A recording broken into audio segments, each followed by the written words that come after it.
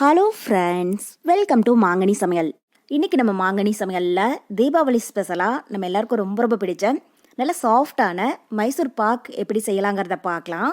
So இது ரொம்ப ரொம்ப சுலபமாக சட்டுன்னு செஞ்சு முடிச்சிடலாம். டேஸ்ட்டு பார்த்தீங்க அப்படின்னா அப்படியே நம்ம பேக்கரியில் வாங்குற மாதிரியே நல்லா சாஃப்டாகவும் வாயில் வச்சதும் அப்படியே கரைஞ்சி போயிடும். ஸோ நான் வீடியோவில் சின்ன சின்ன டிப்ஸ் எல்லாம் ஷேர் பண்ணியிருக்கேன். வீடியோ படி அளவுகள் மாறாமல் நீங்கள் அப்படியே செஞ்சு பாருங்கள். புதுசாக சமைக்க பழகிறவங்க கூட ஃபஸ்ட் டைம் ட்ரை பண்ணுற போதே நல்லா பர்ஃபெக்டான மைசூர் பாகு ஈஸியாக செஞ்சு முடிச்சிடலாம்.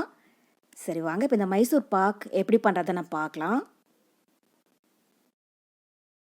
ஃபஸ்ட்டு இந்த மைசூர் பாக் பண்ணுறதுக்கு நம்ம கடலை மாவை சலிச்சு எடுத்துக்கலாம். இப்போ அதுக்கு ஒரு அகலமான மிக்சிங் பவுலில் இது மாதிரி ஒரு சலடையை வச்சுட்டு அதில் 1 கப் அளவுக்கு கடலை மாவு எடுத்துருக்கேன். அதை உள்ள சேர்த்துடலாம். சேர்த்துட்டு இப்போ இந்த மாவை நல்லா சலிச்சு எடுத்துக்கோங்க. இதில் சின்ன சின்னதாக கட்டி ஏதாவது விழுந்துச்சுன்னா கூட அதை நல்லா உடச்சி விட்டு சலிச்சுக்கோங்க. இது மாதிரி நம்ம ஃபஸ்ட்டே கடலை மாவை நல்லா சலிச்சுட்டு அதுக்கப்புறமா மைசூர் பாகு பண்ணுறம்போது மைசூர் பாகில் கொஞ்சம் கூட கட்டி எதுவும் விழுகாது. அதே மாதிரி நமக்கு கிளறதுக்கும் ரொம்பவே ஈஸியாக இருக்கும். இப்போ நீங்கள் எந்த கப்பில் கடலை மாவு அளந்து எடுத்தீங்களோ அதே கப்பில் தான் எல்லா பொருளுமே அளந்து சேர்க்கணும். அப்போ தான் மைசூர் பாகு நல்லா சாஃப்டாக இருக்கும். இப்போ மாவை நல்லா சலிச்சதுக்கப்புறமா இதில் 1/2 கப் அளவுக்கு எண்ணெய் சேர்த்துடலாம்.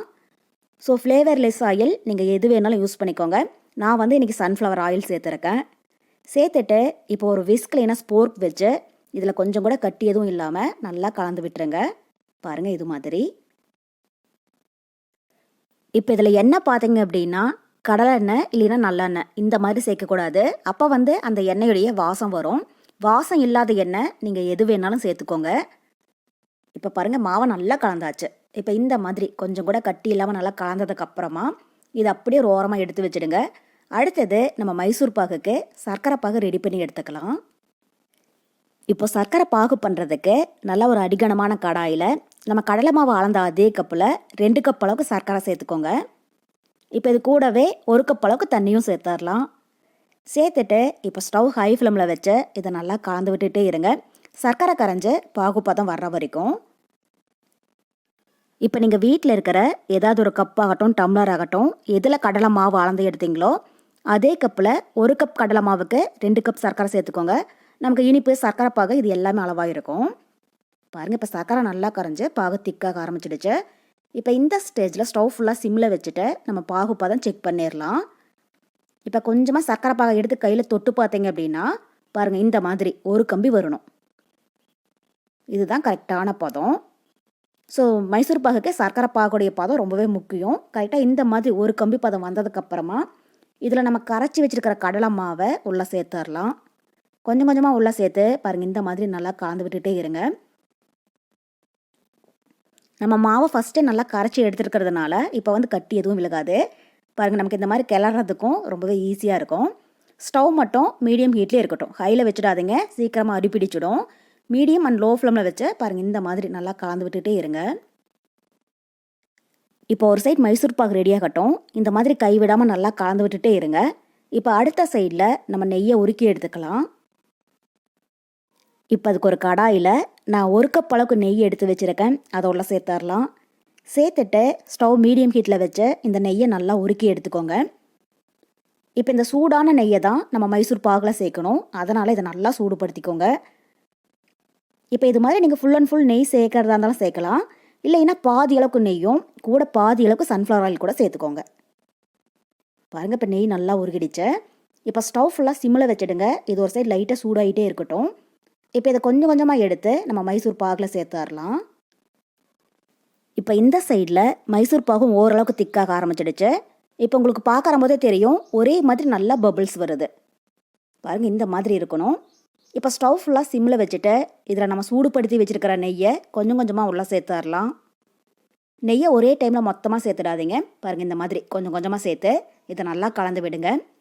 ஸ்டவ் மீடியம் ஹீட்லேயும் ஹைலியோ வச்சிடாதீங்க.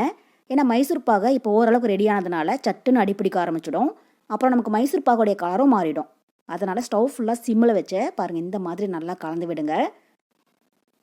இப்போ நம்ம சேர்த்த நெய்யெல்லாம் மைசூர் பாகோட ஒன்றா நல்லா சேர்ந்து வந்ததுக்கப்புறமா இதில் திரும்பவும் இன்னும் கொஞ்சமாக நெய் சேர்த்துடலாம். இப்போ இதில் நெய் பார்த்தீங்க அப்படின்னா அந்த சூட்டோட தான் சேர்க்கணும். அப்போ தான் கடலை மாவோடைய பச்சை வாசனை இல்லாமல் நல்லா வெந்து மைசூர் பாகு நல்லா சாஃப்டாக இருக்கும். இப்போ இந்த மாதிரி நெய் வந்து நல்லா அப்சர்வ் ஆனதுக்கப்புறமா கடைசியாக மீதி இருக்கிற நெய் எல்லாத்தையுமே நம்ம உள்ளே சேர்த்துடலாம். ஸோ இந்த மைசூர் பாகை நீங்கள் கலந்து விடாமல் விட்டுடாதீங்க. கடைசி வரைக்கும் இந்த மாதிரி நல்லா கலந்து விட்டுட்டே தான் இருக்கணும். இப்போ பாருங்கள், நெய் சேர்த்ததும் ஒரே மாதிரி நல்லா பொங்கி வருது. இப்போ வந்து ஒரு 3/4 நமக்கு மைசூர் பாகு ரெடி ஆகிடுச்சு. இனி வந்து கவனமாக இருங்க. இப்போ உங்களுக்கு பார்க்குற போதே தெரியும், முன்னே இருந்ததை விட நல்லா திக்காக ஆரம்பிச்சிடுச்சு. ஓரளவுக்கு அந்த கரண்டியோட சேர்ந்து மைசூர் பாகு நல்லா சுழண்டு வருது. இன்னொரு 2 நிமிஷம் இருக்கட்டும். பாருங்கள், மைசூர் பாகு நல்லா திக்காகி சுற்றியுமே ஒரே மாதிரி நல்லா பபிள்ஸ் வந்து பொங்கி வருதில்ல. இதுதான் மைசூர் பாகுக்கு கரெக்டான பதம். இப்போ உங்களுக்கு பார்க்குற போதே தெரியும். இப்போ இந்த ஸ்டேஜில் ஸ்டவ் ஆஃப் பண்ணிவிட்டு இதை ஃபஸ்ட்டே ஒரு ட்ரேயில் நெய் தடவை எடுத்து வச்சுருக்கேன். அதுக்கு மாற்றிடலாம். இது ரொம்பவே கெட்டியாக விட்டுடாதீங்க, முருகி போயிடும். கரெக்டாக இந்த பதத்தில் நம்ம நெய் தடவைனா ட்ரேக்கு மாற்றிடணும். இப்போ உங்ககிட்ட இந்த மாதிரி மைசூர் பாகு ட்ரே இருந்துச்சு அப்படின்னா நீங்கள் அது யூஸ் பண்ணிக்கோங்க. இல்லைன்னா வீட்டில் இருக்கிற நல்லா ஹைட்டாக பிளாட்டான பிளேட்டில் கொஞ்சமாக நெய் தடவிட்டு கூட சேர்த்துக்கோங்க. சேர்த்துட்டு இப்போ ஒரு கரண்டி இல்லைன்னா பிளாட்டான பவுலில் கொஞ்சமாக நெய் தடவிட்டு பாருங்கள், இந்த மாதிரி நல்லா சமப்படுத்தி விட்டுருங்க. இது இப்போ குறைஞ்சது 1 மணி நேரத்துலேருந்து 2 மணி நேரம் வரைக்கும் நல்லா ஆறட்டும். மைசூர் பாகு நல்லா ஆறி செட் ஆனதுக்கப்புறமா இதை நம்ம பீஸ் போட்டுடலாம். இப்போ இது அப்படியே ஒரு ஓரமாக இருக்கட்டும். இப்போ மைசூர் பாகு நல்லா ஆறிடுச்சு. இப்போ இதை நம்ம பீஸ் போட்டுடலாம். உங்களுக்கு எந்த சைஸில் மைசூர் பாகு வேணுமோ நீங்கள் அதுக்கு தகுந்த மாதிரி கட் பண்ணிக்கோங்க. இந்த மாதிரி ஒரு ஸ்கேல் வச்சு கட் பண்ணிக்கோங்க. அப்போ வந்து ஒரே மாதிரி பீசஸாக கிடைக்கும். பார்க்குறதுக்கும் ரொம்பவே நல்லாயிருக்கும். இப்போ நீங்கள் மைசூர் பாகு ட்ரே இல்லை பிளேட்டுக்கு மாத்திரதா இருந்துச்சு அப்படின்னா அது கொஞ்சம் ஹைட்டாக இருக்கிற மாதிரி பார்த்துக்கோங்க. அப்போ தான் மைசூர் பாகு வந்து அந்த சூட்லேயே நல்லா வெந்து உள்ளே வந்து அந்த டார்க் கலர் வரும். ஹைட் இல்லாத பிளேட்டில் சேர்த்திங்க அப்படின்னா நமக்கு உள்ளே அந்த டார்க் கலர் வராது, லைட்டாக தான் இருக்கும். இப்போ மைசூர் பாகு கட் பண்ணினதுக்கப்புறமா இதுக்கு மேலே ஒரு ட்ரேயை கவிழ்த்திட்டு இதை அப்படியே திருப்பிடலாம். பாருங்கள், இது மாதிரி நம்ம இதில் நெய் தடவி இருக்கிறதுனால ட்ரேயில் கொஞ்சம் கூட ஒட்டாது, அப்படியே அழகாக வந்துடும். இப்போ மைசூர் பாகை ட்ரேக்கு மாற்றிட்டு இதை தனித்தனியாக எடுத்து ஒரு பிளேட்டில் வச்சிடலாம். பாருங்கள், இது உள்ளே நல்லா டார்க் கலராகவும் வெளியில் அந்த லைட் கலரில் கரெக்டாக வந்திருக்கு. இது அப்படியே நம்ம பேக்கரியில் வாங்குற மாதிரி நல்லா சாஃப்டாகவும் வாயில் வச்சது அப்படியே கரைஞ்சி போயிடும். அந்த அளவுக்கு இது ரொம்பவே டேஸ்ட்டாக இருக்கும். நீங்களே பாருங்கள் எவ்வளோ நல்லா சாஃப்டாக இருக்குது அப்படின்ட்டு.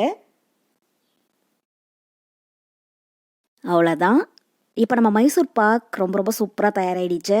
ஸோ கண்டிப்பாக நீங்களும் இதே மெத்தடில் வீட்டில் செஞ்சு பார்த்துட்டு டேஸ்ட் எப்படி இருந்துச்சுன்னு மறக்காமல் கமெண்ட் பாக்ஸில் சொல்லுங்கள். ஸோ ஆல்ரெடி நம்ம சேனலில் தீபாவளி ஸ்பெஷலாக நிறைய ரெசிபி போஸ்ட் பண்ணியிருக்கேன்.